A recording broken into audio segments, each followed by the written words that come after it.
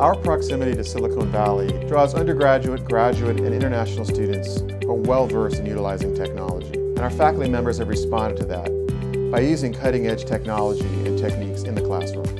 Well, one of the main reasons I use WebEx is to have contact with my students outside the classroom, literally 7 days a week. And so I'm available to them because of WebEx, and the students take advantage of that.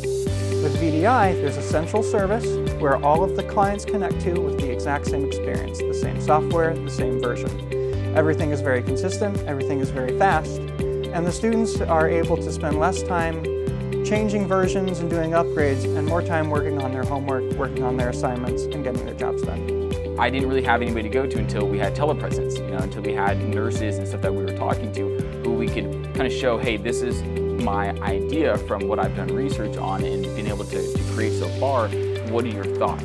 Bringing in people from the outside that might be nurses or oncologists that work with chemotherapy patients on a daily basis. I've noticed that students, when they know that someone's coming or virtually coming to visit the class, they show up, they're more attentive, they're more alert, they kind of perk up and get more engaged in the class.